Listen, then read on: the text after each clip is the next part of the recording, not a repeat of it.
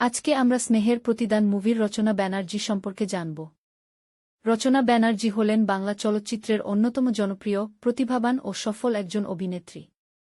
৯০-এর দশক ও ২০০০ পরবর্তী সময়ে প্রসেনজিৎ চ্যাটার্জির সাথে তার অনস্ক্রিন জুটি বাংলা কমার্শিয়াল সিনেমাকে এক অনন্য শিখরে পৌঁছে দিয়েছিল।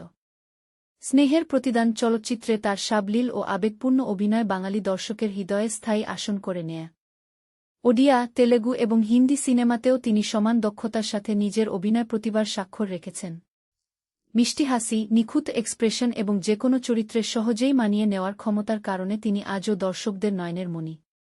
পরবর্তীতে অভিনয়ের পাশাপাশি রিয়েলিটি শো উপস্থাপনায় এসে তিনি পুরো বাংলার ঘরে ঘরে দিদি হিসেবে এক নতুন পরিচিতি ও আকাশচুম্বী জনপ্রিয়তা অর্জন করেছেন।